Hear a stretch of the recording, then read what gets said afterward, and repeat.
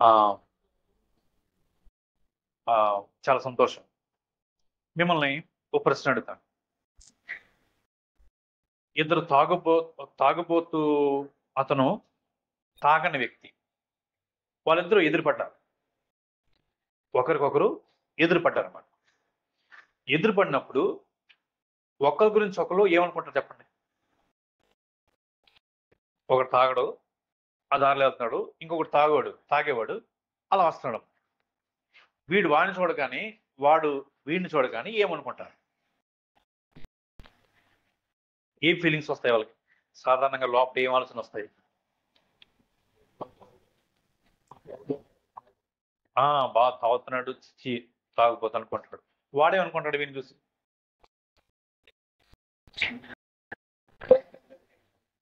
Life enjoy చేయట్లేదు. కదా! కానీ వీళ్ళిద్దరిలో కామన్‌గా ఒకటి అనుకుంటారంట. ఏమనుకుంటారంటే వీడు వేస్ట్ గాడు అనుకుంటారంట. వీడేమనుకుంటాడంట, అరే! ఆడు పచ్చి తాగుబోతాడు. వాడు వేస్ట్ గాడురా అనుకుంటాడు.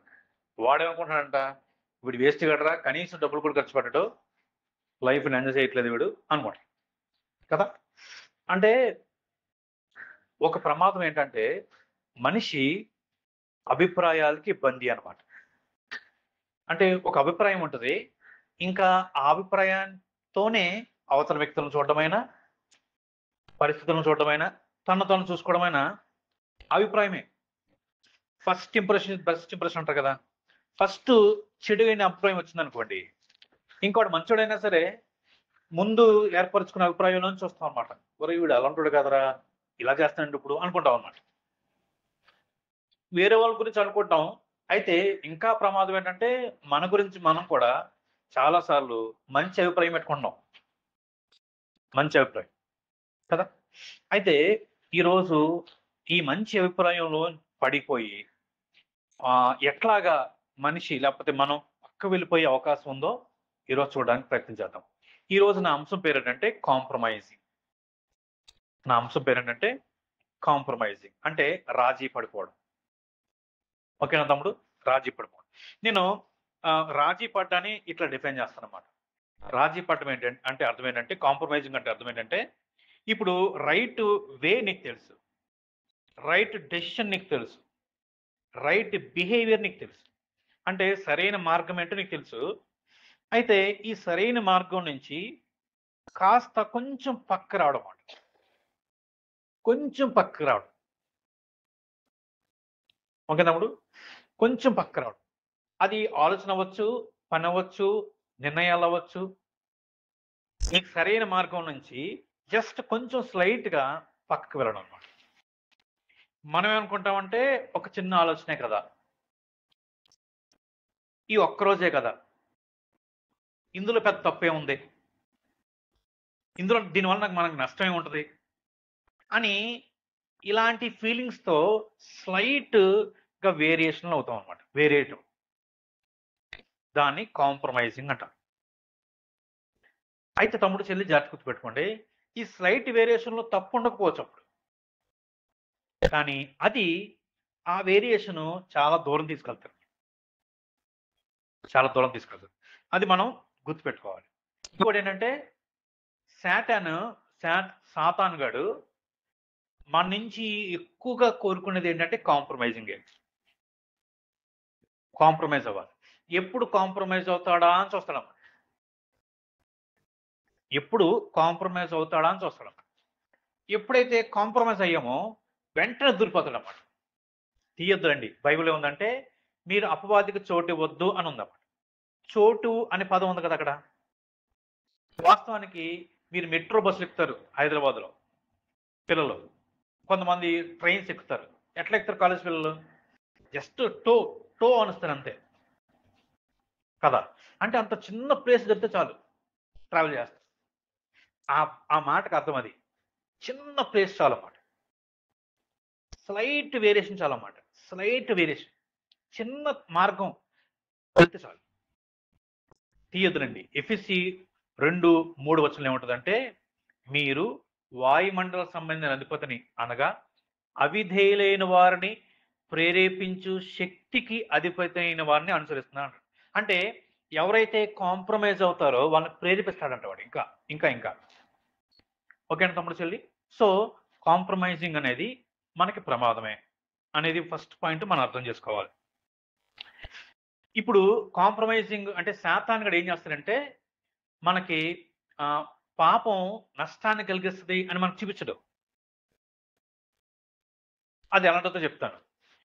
ఇంత అంటే వాటర్ బాటిల్లో పాలు పోసారనుకోండి, ఆ పాలల్లో 2 విషపు చుప్పులు కలిపారనుకోండి, ఆ పాలంతా పాయిజనైజ్డ్ మిల్కే కదా! కానీ మన కళ్ళకి ఎలా కనిపిస్తుందంటే మిల్క్ బలాన్నిచ్చేది అని కనిపిస్తుంది. సాటాను అట్లా చేస్తాడన్నమాట. ఏదైనా సరే అట్లా చేస్తాడు. దానికి బట్టలు చుట్టాడు కడతాడన్నమాట ఆ పాపాని. అందమైన బట్టలు కడతాడు.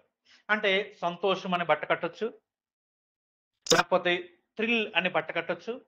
లేకపోతే ఇందులో ఏముందిలే అని బట్ట కట్టొచ్చు. క్లాత్ తొడగొచ్చు. లేకపోతే ఈ వయసులో కాకపోతే ఇంకెప్పుడు అనే ఆలోచన మనం తీసుకురావచ్చు. అంటే సాతాను పాపంని అట్లా చూపిస్తాడన్నమాట మనల్ని. అట్లా చూపిస్తాడు. ఇప్పుడు ఈ కాంప్రమైజ్ అయ్యే వ్యక్తి తప్పకుండా పాపంలోకి వెళ్తాడన్నమాట. తప్పకుండా పాపంలోకి వెళ్తాడు. సో కాంప్రమైజింగ్ అనేది మనకంత మంచిది కాదు. జాగ్రత్తగా ఉందాం. నేను ఒక స్టేటస్ పెట్టుకున్నాను. ఏ పెట్టానంటే తప్పు వైపు వేసే ఒక్కడుగు ఎంతో దూరం వెళ్ళవసరం లేదు. తప్పు వైపు వేసే ఒక్కడుగు నువ్వు అనుకున్న దానికంటే నష్టాన్ని కలిగిస్తుంది అనమాట.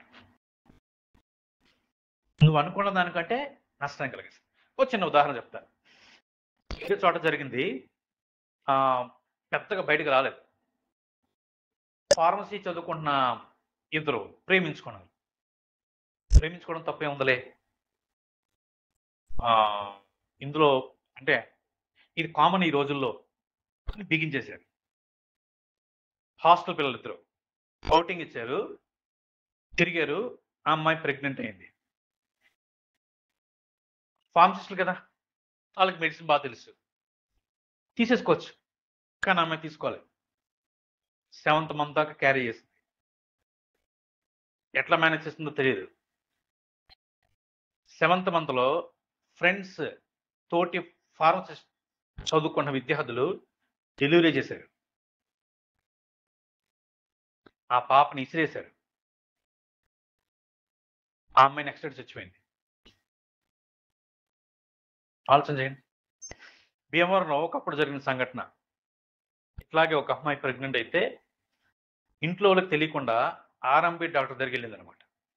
చచ్చిపోయింది డెలివరీ కోసం. అంటే ఒక్కడికే మాట్లాడితే ఏముందలే, ఫ్రెండ్షిప్ తప్పు కాదు. అంటే మనం స్పృహ కలిగి ఎంత దూరం వెళ్ళాలి, ఎంతవరకు మాట్లాడాలి అనే బౌండరీ మనకు తెలిసుండి విత్ ఇన్ ద బౌండరీలో హెల్దీ ఫ్రెండ్షిప్ మీరు చేయొచ్చు, హెల్దీగా తిరగచ్చు, హెల్దీగా నవ్వుకోవచ్చు, సరదాగా బయటకు వెళ్ళొచ్చు. కానీ మనకి తెలియకుండానే చాలాసార్లు కాంప్రమైజ్ అయిపోతాం. ఆ బౌండరీస్ని కొంచెం క్రాస్ చేస్తాం. ఆ కొంచెం క్రాస్ చేయడం పెద్ద తప్పు కనబడదు మనకి, పెద్ద తప్పుగా కనబడదు. కానీ నష్టపోయిన తర్వాత ఇలా బతుకు, ఇలా నష్టపోయిన తర్వాత నేను కాలేజ్ చదువుకున్నప్పుడు మా ఫ్రెండ్స్ అది అది చాలా నేరో రోడ్డు, కొండ మీద ఉంటుంది కాలేజు. అక్కడి నుంచి ఊర్లోకి రావాలంటే ఇట్లా ఉంటాయి అన్నమాట టర్నింగ్స్. క్రిస్ క్రాస్ తెలుసు కదా, ఇద్దరు నడుపుతారు, ముగ్గురు ఎక్కుతారు, ఇట్లా ఇట్లా ఇలా క్రాస్ చేసుకుంటూ వెళ్తారు. చనిపోయాడు మా ఫ్రెండ్స్. అంటే తమ్ముడు చెల్లి, నేను ఎందుకు ఈ నెగిటివ్ ఎగ్జాంపుల్స్ మేము తీసుకొస్తానంటే ప్రమాదం ఒక్కడిగే, కానీ అది ప్రమాదాన్ని నడిపిస్తుంది అనేది మనకు అర్థం కావాలి. ఓకేనా? అయితే మనం ఎందుకు కాంప్రమైజ్ అవుతాం అన్నప్పుడు కొన్ని పాయింట్స్ ఇట్లా వచ్చినాయి అనమాట. ఫస్ట్ మనకు డౌట్ ఉంటుంది. అరే ఇప్పుడు చేయకపోతే ఎట్లాగా, ఏమని అనుకుంటారేమో, బాగోదేమో. నేను చదువుకున్న రోజుల్లో ఒక కాలేజీలో ఆ స్లిప్ని ఒక టీచర్ తీసుకొచ్చి ఇచ్చిందన్నమాట నాకు. నేను అప్పుడు విశ్వాసిని, యేసుప్రభుని నమ్ముకున్నాను. ఒక టీచర్ తీసుకొచ్చి ఇచ్చింది. Final year, final semester fail అవుతే సప్లిమెంటరీ ఉంటుంది వెరీ నెక్స్ట్. అది కూడా ఫెయిల్ అనుకోండి 1 ఇయర్ ఆగిపోవాలి. 1 ఇయర్ ఆగిపోవాలి. అయితే జాగ్రత్త వినండి. అప్పుడు నన్ను డౌట్, ఫైనల్ ఇయర్ కదా, ఒకవేళ మిస్ అవుతే కష్టమైన సబ్జెక్ట్, నాకు రాదు అది, మా ఫ్యాకల్టీ సరిగ్గా చెప్పలేదు, నేను సరిగ్గా చదవలేదు, ఇలా వచ్చాను, నాకు రాదు. ఇప్పుడు జాగ్రత్త వినండి. ఇప్పుడు డౌట్ ఏంటంటే, భయం ఏంటంటే, అయ్య బాబు ఇప్పుడు వదిలేస్తే ఎలాగా, ఫెయిల్ అయిపోతే 1 ఇయర్ వేస్ట్ అయిపోద్ది కదా అనే డౌట్, ఫియర్తో కాంప్రమైజ్ అవుతారు కొంతమంది. ఇది వరకు, ఇప్పుడు లేదులేండి పోయింది. ఇది వరకు ల్యాబ్స్లో వెళ్ళాలనుకోండి, డోర్ దగ్గర అటెండర్ నుంచి ఉండేవాడు. డిగ్రీ కాలేజీలో బాగా జరిగేది. ఇప్పుడు లేదు, ఎక్కడ లేదు, పోయిందంతా. అటెండర్కి 50 రూపాయలు ఇవ్వాలన్నమాట, 50 రూపీస్ ఇస్తేనే లోపల పంపిస్తారు. అక్కడ డౌట్ రావచ్చు, ఒరే అందరూ వెళ్ళిపోతున్నారే, 50 రూపాయలు అడుక్కు ముష్టి 50 రూపాయల కోసం సంవత్సరం వేస్ట్ చేసుకుంటామా, నేను ఫెయిల్ అయిపోతానేమో. అంటే చాలాసార్లు మనం కాంప్రమైజ్ అవ్వడానికి భయము, అనుమానం అన్నమాట. భయము, అనుమానం. ఓకేనా. రెండో కారణం ఏంటంటే కాన్ఫ్లిక్ట్స్ అన్నమాట. ఉదాహరణకి చెప్తాను. ఉదాహరణకి నేను ఈ తమ్ముడిని ఏమన్నానంటే, బెస్ట్ ఫ్రెండ్స్ మేమిద్దరం, నేను విశ్వాసిని కాదు, మనోడు విశ్వాసి. ఇప్పుడు నేను ఏమన్నానంటే, అరే మనం ఇప్పటిలాగే చాలా రోజులు అయిపోయింది, బార్కి వెళ్దామని అన్నాడు అనుకోండి, డబ్బులు పెట్టుకుంటా అన్నాడు. ఇప్పుడు మనోడు లోపల తర్జన భజన ఉంటుంది అనమాట, అరే మా ఫ్రెండ్షిప్ పోద్దేమో, మాట వెనకపోతే దూరం అయిపోతాడేమో, నన్ను దూరం పెట్టేస్తాడేమో అని అనవసరమైన గొడవ ఎందుకు, ఫ్రెండ్షిప్ దూరం చేసుకోవడం ఎందుకు అని కాంప్రమైజ్ అయిపోతారు. సో కాంప్రమైజ్ అవడానికి డౌట్, ఫియర్, అనవసరంగా ఎందుకు వచ్చిన గొడవలే అనుకోవడం. తర్వాత పీర్ ప్రెషర్ అన్నమాట. అంటే ఫ్రెండ్స్ ప్రెషర్ ఎక్కువ ఉంటుంది. మనం కాంప్రమైజ్ అవడానికి, సరైన మార్గం నుంచి, సరైన వే నుంచి పక్కకు రావడానికి పీర్ ప్రెషర్, ఫ్రెండ్స్ ప్రెషర్ ఎక్కువ ఉంటుంది అనమాట. నేను కాలేజీలో చదువుకుంటున్నప్పుడు ఒక అమ్మాయిని ప్రేమించడానికి నా ఫ్రెండ్ నన్ను మోటివేట్ చేశాడు. ఎంత దూరం తీసుకెళ్ళాడు, నన్ను ప్రపోజ్ చేసి అంత దూరం తీసుకెళ్ళాడు.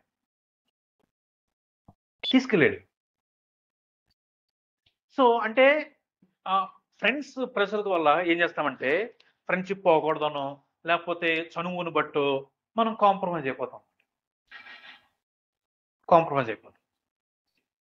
ఇట్లా కాంప్రమైజ్ అయిపోయి, ఇందాక చెప్పిన 2 ఎగ్జాంపుల్స్, నీచమైన ఎగ్జాంపుల్స్ చెప్పిన, అలా ఎంతో మంది లైఫ్లో అర్ధాంతరంగా ముగించుకునే వాళ్ళు ఉన్నారు, చదువులు మానేసుకుని ఉన్నారు, లైఫ్ని నాశనం చేసుకుని ఉన్నారు. వెరీ స్టార్టింగ్ ఒక్క అడుగు అనమాట, అంతే. సరదాగా చూద్దాంలే, ఒక్కసారే కదా, ఈరోజు ఇంకోటి ఏంటంటే, నేను స్ట్రాంగ్, నేను నిలబడగలను, నేను మానేయగలను, నేను వెనక్కి వచ్చేయగలను అని ఓవర్ కాన్ఫిడెన్స్ అనమాట. ఇవన్నీ ఏం చేస్తాయంటే మనల్ని కాంప్రమైజింగ్ మోడ్లోకి తీసుకెళ్ళిపోతాయి, రాజీ పడే విధంగా తీసుకెళ్ళిపోతాయి. సో మనం కాంప్రమైజ్ అయితే నష్టాలేంటి, చెప్తాను. ఫస్ట్ మన క్యారెక్టర్ పోదు. ఏం పోదు చెల్లి తమ్ముడు? క్యారెక్టర్ అన్నమాట. గుర్తుపెట్టుకోండి, క్యారెక్టర్ మళ్ళీ వెనక్కి రాదు. ఒకసారి క్యారెక్టర్ పోయిందా వెనక్కి రాదు. పెద్దవాళ్ళు ఒక మాట చెప్తారు, అంటే మంచి పేరు తెచ్చుకోవడం అంత సులువు కాదు, చెడ్డ పేరు తెచ్చుకోవడం సేపు. చెడ్డ పేరు తెచ్చుకోవడం ఒక్క చిన్న పని చాలన్నమాట, కానీ మంచి పేరు తెచ్చుకోవడానికి చాలా సంవత్సరాలు పడుతుంది. ఎందుకంటే క్యారెక్టర్ కోల్పోతే మళ్ళా క్యారెక్టర్ని గెయిన్ చేయడం చాలా కష్టం. ఒకరోజు ఒక పాస్టర్ గారు, తెలిసిన పాస్టర్ గారు, ఆయన చెప్తే విన్నాను అన్నమాట. తెలిసిన పాస్టర్ గారు ఫోన్ వచ్చిందండి, నైట్ 1 o'clock. ఒక డాక్టర్ గారు ఫోన్ చేశారు. ఫోన్ చేసి ఏంటి బాబు ఈ టైంలో ఫోన్ చేసావు? ఏంటి? ఏం కావాలి? అంటే, అన్నా నేను ఇప్పుడు అడవిలో ఉన్నాను. అడవిలో అంటే ఏజెన్సీలో జరిగిన సంఘటన ఇది. అడవిలో ఉన్నాను. ఏం బాబు ఏమైంది? ఇప్పుడే అడవిలోకి ఎందుకెళ్ళావు? అంటే, అన్నా మా హాస్పిటల్‌లో నర్స్ నన్ను టెంప్ట్ చేస్తా ఉంది. అంటే జోసెఫ్‌ని ఎట్లాగైతే టెంప్ట్ చేసింది పొతిఫర్ వైఫ్, నర్స్ నన్ను టెంప్ట్ చేస్తుంది. అయితే అన్నా మీకు థ్యాంక్స్ చెప్తానన్నా. థ్యాంక్స్ చెప్పడానికి ఫోన్ చేశాను. ఇప్పుడు ఈ టైంలో థ్యాంక్స్ ఏంటి బాబు అంటే, అప్పుడు ఆ డాక్టర్ గారు అన్నారు, అన్నా మీరు వాక్యం చెప్తున్నప్పుడు నేను విన్నాను. ఆ వాక్యంలో మీరేం చెప్పారంటే, అవసరమైతే ప్రాణాన్నైనా పోగొట్టుకోవడానికి సిద్ధపడాలి గానీ, పాపం చేయకూడదు. తప్పు చేయకూడదు. క్యారెక్టర్‌ని పోగొట్టుకోకూడదు అని చెప్పారన్నా. ఆ మాట గుర్తొచ్చి, నేను నా క్యారెక్టర్‌ని కాపాడుకోవాలి అని అడవిలోకి పరిగెత్తొచ్చానన్నా. అడవిలోకి పరిగెత్తొచ్చాను. మీకు థ్యాంక్స్ చెప్పడానికి ఫోన్ చేశానన్నా. సో, మనం కాంప్రమైజ్ అవుతే క్యారెక్టర్‌ని కోల్పోతాం. క్యారెక్టర్‌ని కోల్పోతాం. రెండోది సాక్ష్యం పాడైపోద్ది. ఇప్పుడు దాకా కష్టపడి మంచి వ్యక్తి అని పేరు సంపాదించుకున్నారు. కానీ ఒక్క పని అన్ని సంవత్సరాల పేరంతటిని చిదిపేస్తారన్నమాట. చిదిపేస్తారు. మూడోది దేవుని సహవాసానికి దూరం అయిపోతారు. దేవుడి ఆశీర్వాదాలకు దూరం అయిపోతారు. దేవుడి దీవెనలు ఆగిపోతాయి. తమ్ముడు చెల్లి గుర్తుపెట్టుకోండి. దేవుడు మిమ్మల్ని చాలా బాగా దీవించాలని కోరుకుంటాడు ఎప్పుడు. ఎప్పుడు ఆయన ఆశ అదే. బ్లెస్ చేయాలి. మంచి ది బెస్ట్ ఇవ్వాలనుకుంటారు. కానీ మనం ఏం చేస్తాం తెలుసా? చాలా సార్లు కాంప్రమైజ్ అయిపోయి అడ్డుకుంటాం అనమాట. అందుకని అయ్యా నేను సహాయం చేయడానికి నా చెయ్యి ఏమి కొరచ కాదు. కానీ మీకు మధ్య నాకు మధ్య మీ పాపాలు అడ్డుగా ఉన్నాయంటాడన్నమాట యెషయా గ్రంథంలో. సో దేవుడి బ్లెస్సింగ్స్ మనం పొందుకోవాలి. చివరగా మంచి రిలేషన్స్ పోతాయి. ఒంటరి వాళ్ళం అయిపోతాం. డిప్రెషన్ కూడా గురైపోతాం. సో ఈ కాంప్రమైజ్ అనేది అంత ప్రమాదం తీసుకెళ్తుంది. అయితే తమ్ముడు చెల్లి ఈరోజు బైబిల్లోంచి ఒక లైఫ్‌ని మేము తీసుకొస్తాను. ఆయన బాగా తెలుసు మీకు. కొత్త ఏమి కాదు. అయితే ఆయన లైఫ్‌లో ఎక్కడ కాంప్రమైజ్ అయ్యాడో చూద్దాం. ఎక్కడ కాంప్రమైజ్ అయ్యాడు ఆయన? ఆ చిన్న కాంప్రమైజ్ ఎంత దూరానికి తీసుకెళ్ళింది ఆయన్ని అనేది చూసి ఆయన జీవితంలోంచి మనం కూడా పాఠాలు నేర్చుకుందాం. ఆయన పేరు సోల్మన్. తెలుసు మీకు. చాలా పిక్చర్ వచ్చేస్తుంటది ఈ పాటి కదా. సోల్మన్ అనే పేరుకి అర్థం ఏంటంటే పీస్ అని అర్థం. పీస్. నిజంగానే సోల్మన్ 40 ఇయర్స్ ఇస్రాయెల్ కంట్రీని పరిపాలన చేశాడు. అయితే 40 ఇయర్స్ పీస్తోనే ఉంది. దేశమంతా పీస్తోనే ఉంది. ఆయన దావీదుకి చేతకొండే 10th సన్ 10వ కొడుకు. బెత్షెబాకి 2వ కొడుకు అనమాట. బెత్షెబాకి. ఓకేనా. సోల్మన్‌కి దేవుడు ఇంకో పేరు పెట్టాడు. ఏం పేరు పెట్టాడంటే యెదిద్యా అని పేరు పెట్టాడు అనమాట. యెదిద్యా అంటే అర్థం ఏంటంటే నాకు ప్రియుడు అని అర్థం. అంటే దేవుడికి చాలా ఇష్టమైన వర్డ్ సోల్మన్. అయితే దావీదు గారు చనిపోయేటప్పుడు సోల్మన్‌కి ఒక చక్కటి ఇన్స్ట్రక్షన్ ఇస్తారు. చదువుదాం చూడండి ఒకసారి. ఆ ఇన్స్ట్రక్షన్ చదువుదాం చూడండి. మొదటి రాజుల గ్రంథంలో ఆయన స్టోరీ కనిపిస్తుంది మనకి. మొదటి రాజుల గ్రంథం 2వ అధ్యాయం.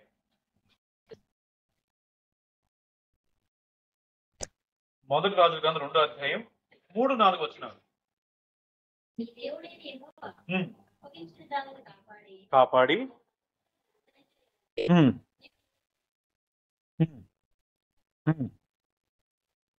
నడుచుకుందువు.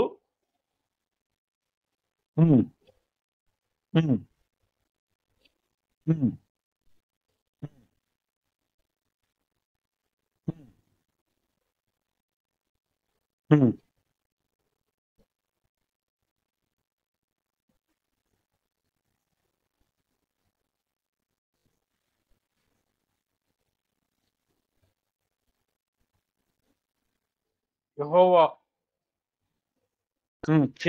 స్థిరపరచు. అంటే ఇంక దావీదు గారు అబౌట్ టు డై అనమాట.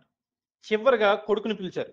కొడుకుని పిలిచి నాయనా నువ్వు రాజువి అని దావీదు గారు ఫస్ట్ ఇన్స్ట్రక్షన్ ఏంటంటే, నువ్వు ఆయన కట్టడలను ఆయన నియమాలను అనుసరించి నడిచిన ఎడల ఇఫ్ ఇఫ్ ఇఫ్ కండిషన్ అనమాట, సి లాంగ్వేజ్.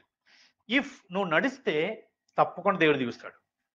ఇఫ్ నాట్ అయితే ఖచ్చితంగా దేవుడు దూరం అయిపోతావు అని చెప్పాడు. సో సొలొమోను గారికి అర్థమైంది, ఎస్ నేను నా తండ్రికి మంచి పేరు ఉంది, నా తండ్రి ప్రకారం నేను నడుచుకోవాలని అర్థమైంది. దావీదు గారు చనిపోయారు. సొలొమోను గారికి ఇంచుమించు 15 ఏళ్ళు వయసు. 15 ఇయర్స్, జస్ట్ 15 ఇయర్స్ ఇంత పెద్ద రాజ్యాన్ని భుజన పడింది. భయం వేసింది, భయంలో ఉన్నాడు. ఈ లోపు ఒక రోజు నిద్రపోతున్నప్పుడు దేవుడు కల్లో కనబడి, సొలొమోన్ సొలొమోన్, నీకు నేను ఏదైనా ఇవ్వాలనుకుంటున్నాను, ఏం కోరుకుంటావు అన్నప్పుడు సొలొమోన్ అన్నాడు, డబ్బు అడగలేదు, బలగం అడగలేదు, గొప్ప సైనికులను అడగలేదు. ఆయన ఏమడిగాడంటే, అయ్యా దేవా, నేను మా తండ్రి చాలా చక్కగా పరిపాలన చేశారు, నీకు అనుకూలంగా నడిచారు, నేను కూడా అలా నడవాలి, కానీ నేను చాలా చిన్నవాడిని, ఇంత పెద్ద రాజ్యం, నాకేం కావాలంటే జ్ఞానం కావాలి అన్నాడు. దేవుడు చాలా సంతోషం అనిపించింది.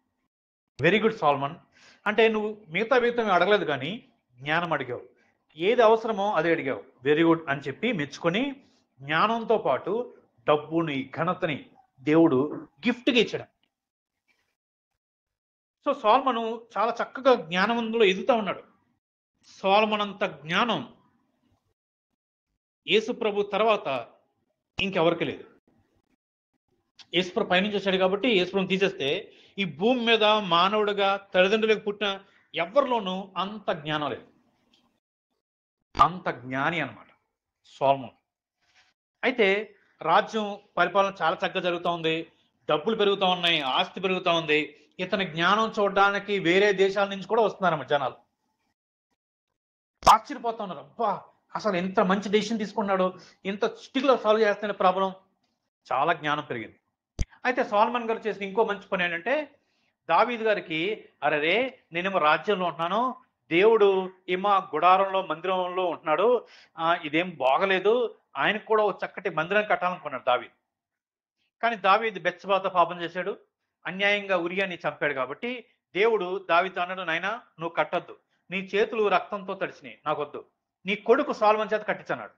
ఆ విషయం దావీదు సొలొమోనుకు చెప్తాడు. సొలొమోను టెంపుల్ కట్టడానికి కావాల్సిన అన్ని దావీదు సెట్ చేసి పెడతాడు అన్నమాట. సొలొమోను రాజు అయిన తర్వాత చాలా చక్కగా దేవుని మందిరాన్ని కట్టిస్తాడు. సొలొమోను చాలా చక్కగా కట్టిస్తాడు. అయితే ఆ సొలొమోను కట్టించిన తర్వాత దేవుడికి బలులు ఇస్తాడు. బలు ఇచ్చిన తర్వాత దేవుడు ప్రత్యక్షమవుతాడు. సొలొమోను ప్రత్యక్షమై దేవుడే మాట్లాడుతాడో మనం చూద్దాం. చూడండి ఒకసారి. మొదటి రాజుల గ్రంథం 3వ అధ్యాయం దగ్గర రండి. 3వ అధ్యాయం దగ్గర రండి. 5వ వచనం నుంచి చదువున్నాం. 5వ వచనం నుంచి.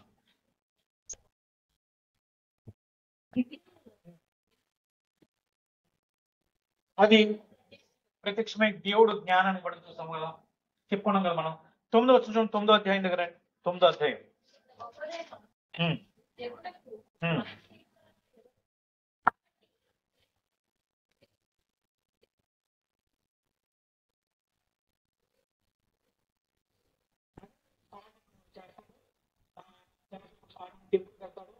బండిస్తాడు. బండించిన తర్వాత దేవుడు ప్రత్యక్షమవుతాయి. 9వ అధ్యాయం 2వ వచనం నుంచి. 2వ అధ్యాయం 2వ వచనం. ప్రత్యక్షమైనట్లు రెండవ వారు అంటే ఫస్ట్ టైం కనిపించినప్పుడేమో జ్ఞానం ఇచ్చాడు, సెకండ్ టైం కనిపించినప్పుడు ఏమంటాడు, సెలవిచ్చను.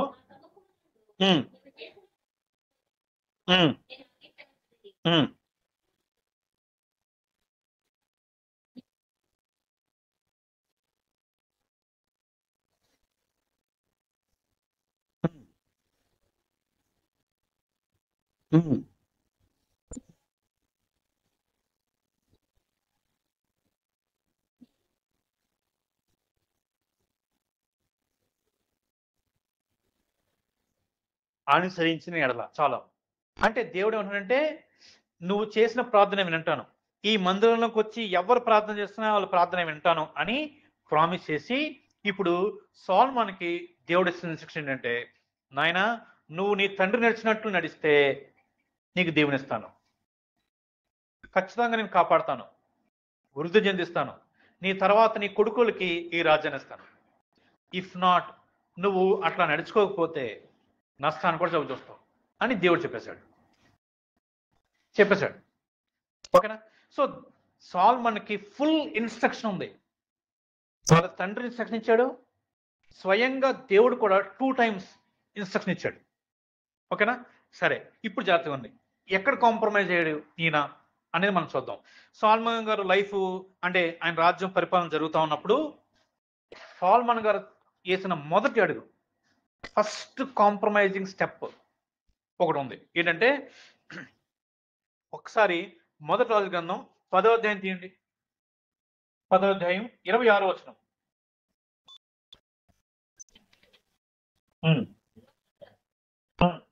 మరియు సొలొమోను రథములను రౌతులను సమకూర్చెను.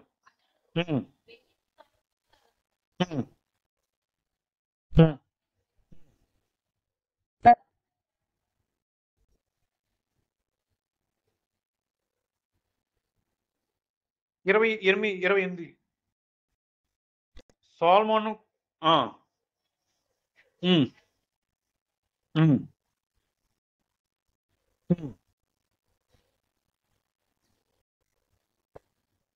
చాలా తమ్ముడు చాలా చేస్తానండి. ఇది తమ్ముడు ఫస్ట్ కాంప్రమైజింగ్ స్టెప్ ఇక్కడ వేసాడు. అంటే రాజ్యం చాలా సుభిక్షంగా పెరుగుతూ ఉంది, చాలా అంటే ఏ బాధ లేదు, ఏ టెన్షన్ లేదు, శత్రువులు ఎవరు వస్తారనే భయం లేదు, అంతా బాగానే ఉంది. కానీ అంతా నార్మల్గా ఉన్నప్పుడు ఒక రాంగ్ స్టెప్ వేసాడు అన్నమాట. ఏంటండి ఇది?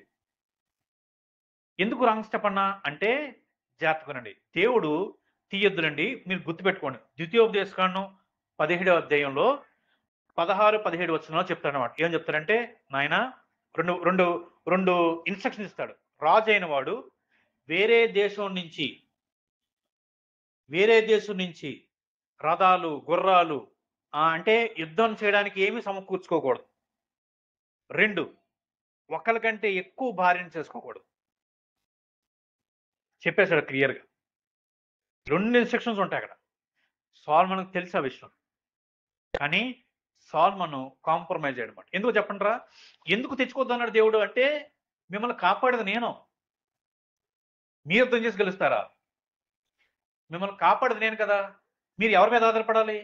నా మీద ఆధారపడాలి. కానీ సాల్మన్ ఏం చేశాడంటే, దేవుడి మీద నుంచి ఆధారపడడం మానేసి వేరే దేశం నుంచి తెప్పించుకున్నాడు అన్నమాట. అందులో ఐగుప్తు దేశం నుంచి తెప్పించుకున్నాడు. సో ఆ టైంకి సాల్మన్కి అది పెద్ద తప్పు కనిపించుకోవచ్చు, పెద్ద నష్టం కలిగించుకోవచ్చు. కానీ ఆ చిన్న కాంప్రమైజింగ్ స్టెప్ ఎంత దూరం తీసుకుని తెలుసా? గుర్రాలు రథాలతోనే కాదు, ఒక అమ్మాయిని కూడా తెచ్చుకుంటాం, భార్యగా చేసుకుంటాం. చూడండి, కింద ఉంటుంది చూడండి, 11వ వచనం మొదటి నుంచి చదువుతండి. మొదటి నుంచి 11వ అధ్యాయం మొదటి రాజు గ్రంథం 11వ అధ్యాయం. మోయాబీలు, ఎదోమీయులు, అమ్మోనీయులు, సిదోనీయులు, హిత్తీయులు అను జనులు మీ హృదయములను తమ దేవతల తట్టు త్రిప్పుదురు గనక వారితో సహవాసం చేయకూడదనియు వారిని నీతో సహవాసం చేయనీయకూడదనియు యెహోవా ఇశ్రాయేలుకు సెలవిచ్చి ఉన్నాడు. అయితే రాజైన సొలొమోను, అయితే అనే పదం బట్ అంటే బిట్ ఆఫ్ పాయిజన్ అని ఒక ఆయన.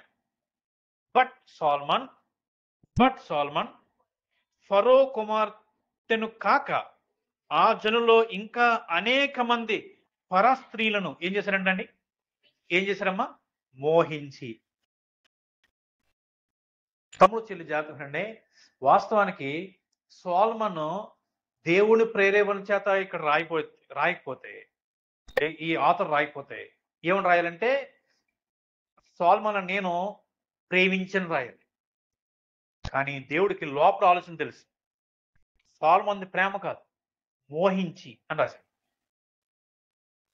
మోహించి అంటే చిన్న రాంగ్ స్టెప్, ఒక్క తప్పు వైపు వేసిన ఒక్క స్టెప్ ఎంత దూరం తీసుకెళ్ళిందంటే, వాళ్ళని చూసి ఇష్టపడటం, ఒక ఆమెనే కాదు ఇంకా చాలా మంది తీసుకొచ్చాడంట మోహించి.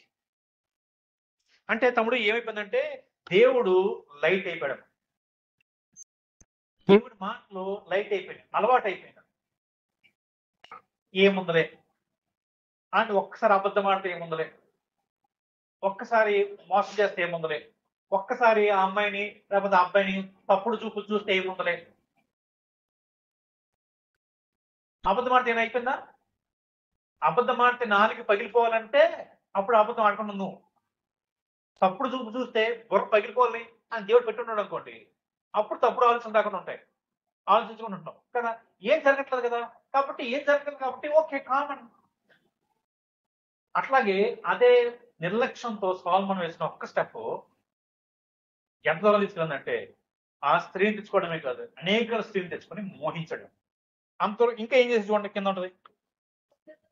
ఆ ఉమ్, ఉమ్, ఉమ్, ఉమ్, ఉమ్, ఉమ్, ఉమ్.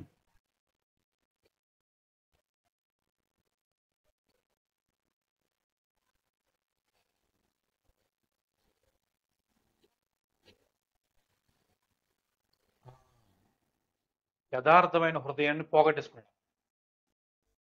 అయితే మరి దేవుడు ఏం చేశాడు? మరలా వచ్చాడు. చూడండి కింద ఉంటది, 10వ వచనం చూడండి, 9, 10. ఉమ్. 2 మార్లు ప్రత్యక్షమాడాడు దేవుడు. అంటే తమ్ముడు, దేవుడు మనం కాంప్రమైజ్ అవుతున్నా, అలా అవుతున్నప్పుడు దూరంగా వెళ్ళిపోతున్నప్పుడు దేవుడు వార్న్ చేస్తాడు. వార్నింగ్ బెల్స్ మగులుతాయన్నమాట. తప్పు చేస్తున్నావు సరి చేసుకో, తప్పు చేస్తున్నావు సరి చేసుకో అని సొలొమోను కూడా 2 టైమ్స్ ప్రత్యక్షమై చెప్పాడంట. ఉమ్, ఉమ్. ఆజ్ఞాపించినను ఉమ్. ఎంత దూరం వెళ్ళిపోయింది తమ్ముడు? ఎంత దూరం వెళ్ళిపోయింది? సొలొమోను ఎంత దూరం వెళ్ళిపోయాడు అంటే దేవుడి మాటల్ని ఇంకా ఎక్కట్లేదు లోపలికి. దేవుడి మాటలు అంటే ఇష్టం ఉండట్లేదు అన్నమాట. స్వయంగా దేవుడే స్వయంగా ప్రత్యక్షం మాట్లాడుతున్నా సరే మనకు ఎక్కట్లే. సో తమ్ముడు చెల్లి, సొలొమోను రిపెంట్ అయ్యాడా లేదా క్లియర్ వచనం లేదు. బెత్షెబతో పాపం చేసిన తర్వాత 51వ కీర్తన రాశాడు దావీదు. స్వయంగా చెప్పాడు, అయ్యా నేను పాపం చేశాను, నీ ఎదుటే పాపం చేశాను, నన్ను కడుగు. Okay, very clear. పాపం చేశాడు, పశ్చాత్తాపడ్డాడు. సొలొమోను అట్లా పశ్చాత్తాపడినట్లుగా బైబిల్ లేదు. కానీ పశ్చాత్తాపడ్డాడు అని అనుకోవాలి. ఎందుకు అనుకోవాలంటే, ముసలోడు అయిపోయిన తర్వాత సొలొమోను ప్రసంగి గ్రంథం రాశాడన్నమాట. ఆ ప్రసంగి గ్రంథంలో నాయన బుద్ధి వచ్చింది, మన ఇష్ట ప్రకారంగా కాదు, మన ఉద్దేశాల ప్రకారం కాదు, మనకు అర్థమైన రీతిగా వెళ్ళిపోవడం కాదు, దేవుడి ఆజ్ఞను పాటించడం అయినా అదే మంచిదని రాశాడన్నమాట. దాన్ని బట్టి పండితులు ఏమన్నారంటే బహుశా అతను రిపెంట్ అయి ఉండొచ్చు అని ఉన్నారు. కానీ లిటరల్ స్టేట్మెంట్ సొలొమోను పశ్చాత్తాపడ్డాడు, సొలొమోను పరలోకంలో ఉన్నాడు అని ఎక్కడ లేదు. డౌట్ అన్నమాట. సో శాశ్వతంగా దేవుడి నుంచి దూరం చేసి ఉండొచ్చు, చేసుకోండవచ్చు. పశ్చాత్తాపడితే మళ్ళీ చేర్చుకోవచ్చు దేవుడు. ఒకవేళ మిస్ అవుతే తప్పకుండా శాశ్వతంగా దేవునికి దూరమై ఉండొచ్చు. అంటే ఏ స్థాయిలో ఉండే రాజు ఏ స్థాయికి వచ్చేసి చూడండి. 1 స్టెప్, ఒక్క చిన్న ఆలోచన, ఒక్క చిన్న పని, ఒక్క చిన్న నిర్ణయం మిమ్మల్ని చాలా దూరం తీసుకెళ్ళిపోద్ది. అంటే నేను జనరల్గా చెప్తా ఉన్నాను. ఇప్పుడు చూస్తున్నప్పుడు అమ్మాయినో అబ్బాయినో చూస్తున్నప్పుడు నేనేం తప్పుగా ఆలోచించట్లేదు కదా, జస్ట్ చూడాలనిపించి చూస్తున్నాను అన్నారు అనుకోండి, అది మీ కాంప్రమైజింగ్ ఫస్ట్ స్టెప్ అనమాట. First step. సరే జస్ట్ ఒకసారి ముట్టుకోవాలనుకుంటున్నాను, టచ్ చేయాలనుకుంటున్నాను అంటే నేను పెద్దగా లోపల ఏం ఆలోచించిన దాన్ని నేను ఇబ్బంది పడను. కాంప్రమైజింగ్ లో ఫస్ట్ స్టెప్ అనమాట. అంటే మీరు కాంప్రమైజ్ అవుతున్నట్టు ఎవరికి తెలియదు, ఒక్కొక్కసారి మీకు కూడా తెలియదు, కానీ ఒక్కసారి కాంప్రమైజ్ అయ్యామా అది బిల్డ్ అవుతా ఉంటుంది. ఈ మధ్యలో దేవుడు వార్నింగ్ ఇస్తూ ఉంటాడు. ఆ వార్నింగ్ని కనుక మనం నిర్లక్ష్యం చేస్తే, వెనక్కి రాకపోతే మరింత దూరం వెళ్ళిపోతాం. మన లైఫ్ని, స్పిరిచువల్ లైఫ్ని, మన క్యారెక్టర్ని, కెరియర్ని మొత్తం లాస్ అయిపోతాం అన్నమాట. మొత్తం లాస్ అయిపోతాం. సో తమ్ముడు, చెల్లి, ఈరోజు మనం నేర్చుకున్న పాఠం ఏంటంటే కాంప్రమైజ్ అనే విషయంలో మనం మెలకువ కలిగి ఉండాలి. మన యేసు ప్రభు వారు ఎంత పర్ఫెక్ట్గా జీవించారంటే, జాగ్రత్తగానే బైబిల్లో స్పష్టంగా రాసింది, ఆయనకంట మనకు వచ్చే ప్రతి శోధన ఆయనకు వచ్చిందంట. శోధించబడినను పాపం లేకుండా జీవించాడంటండి. పాపం లేకుండా జీవించాడంట. ఆలోచించండి, మన ప్రభు అంత పర్ఫెక్ట్గా జీవించాడు అన్నమాట. ఇప్పుడు మన ప్రభు మనకు మాదిరి. అయితే మనలో కొంతమంది అనొచ్చు, అన్న నాకు తెలుసన్నా కానీ వెళ్ళిపోతున్నాను, ఉండలేకపోతున్నాను, బాగోదేమో అని మొహమాటం కొద్దీ వెళ్ళిపోతున్నాను. తమ్ముడు, చెల్లి, ఒకవేళ అది తప్పని తెలిసినప్పుడు వెంటనే దేవుడి సహాయాన్ని కోరు, ప్రభు సహాయాన్ని కోరు. తప్పకుండా సహాయం చేస్తాడు. తప్పకుండా మన ప్రభు సహాయం చేస్తాడు. మన శోధనలో మన వలె శోధించబడ్డ, పాపం లేకుండా జీవించాడు, జయ జీవితాన్ని జీవించాడు కాబట్టి ఆయన ఆశ్రయించినప్పుడు ఆయన మనకి గైడ్ చేస్తాడన్నమాట. ఇలా వెళ్తే పాపం చేయకుండా ఉంటావు, ఇట్లా ఇల్లు, ఇట్లా ఉండు అని చెప్తాడన్నమాట. అట్లా చెప్తాడు. సో తమ్ముడు, చెల్లి, ఈ మార్నింగ్ మనం నేర్చుకున్న పాఠం ఏంటంటే కాంప్రమైజ్ అవ్వకూడదు. స్నేహితులను బట్టి, లేకపోతే రిలేషన్షిప్స్ని బట్టి బాగోదేమోలే, ఏమని అనుకుంటారేమో అని మొహమాటం కొద్దీ మీ క్యారెక్టర్ని తాకట్టు పెట్టద్దు. మన క్యారెక్టర్ని, పరిశుద్ధతని తాకట్టు పెట్టద్దు. ఒక్కసారి పరిశుద్ధత పోయిందా రాదు. సో మన క్యారెక్టర్ని వాటి కోసం, వీటి కోసం, వాళ్ళ కోసం, వీళ్ళ కోసం తాకట్టు పెట్టకూడదు. ఇంకా మళ్ళా మన చేతుల్లోకి రాదు అది. కాబట్టి దేవుడు నా కొరకు ఆల్రెడీ మన కొరకు ప్రాణం పెట్టి మరణించి, మరణాన్ని గెలిచి తిరిగి లేచాడు. ఆయన రక్తం ఆయన నమ్ముకున్నప్పుడు మన పాపానంతటిని కడిగేసింది. ఇప్పుడు కూడా ఆయన మన పాపాన్ని క్షమించడానికి, కడగడానికి ఇష్టపడతా ఉన్నాడు. మనం ఏం చేయాలంటే ఒప్పుకోవాలి, ప్రభా ఈ ఏరియాస్లో నేను కాంప్రమైజ్ అయిపోయినా ఆల్రెడీ, నన్ను వెనక్కి తీసుకురండి, నన్ను బయట తీసుకురండి, నన్ను కడగండి, పరిశుద్ధపరచండి ప్రభా అని ప్రభువుని కనుక వేడుకోగలిగితే దేవుడు తప్పకుండా క్షమిస్తాడు. ఆయన నమ్మదగిన వాడు, నీతిమంతుడు కనుక సమస్త దుర్నీతి నుండి మనల్ని పవిత్రులుగా చేస్తాడంట. మన పాపాలు ఒప్పుకుంటే ఆయన ఎంతకు వచ్చిన నీ ఎన్నడూ తోసాడు. ఆయన నువ్వు బయటికి రాలేని సిచ్యువేషన్ ఇరుక్కుపోయినుంటే, నువ్వు కనుక నిజంగా ఆయన ఆశ్రయిస్తే దాని నుంచి బయట తీసుకురాగలిగే సమర్థుడు. ఓకే తమ్ముడు, చెల్లి. సో మనం మన జీవితాన్ని, క్యారెక్టర్ నష్టం అవ్వక మునిపే ఎక్కడ కాంప్రమైజ్ అవుతున్నాం, ఎక్కడ సరి చేసుకోవాలో చూసుకుని ప్రభు సన్నిధిలో వాటిని ఒప్పుకొని విడిచిపెట్టేద్దాం, సరి చేసుకుందాం. మనం మంచి జీవితాన్ని జీవించి మంచి జీవితంగా మనం ముగిద్దాం మన లైఫ్స్ని. ఓకేనా? తల ఉంచండి, చిన్న ప్రార్థన చేసుకుందాం.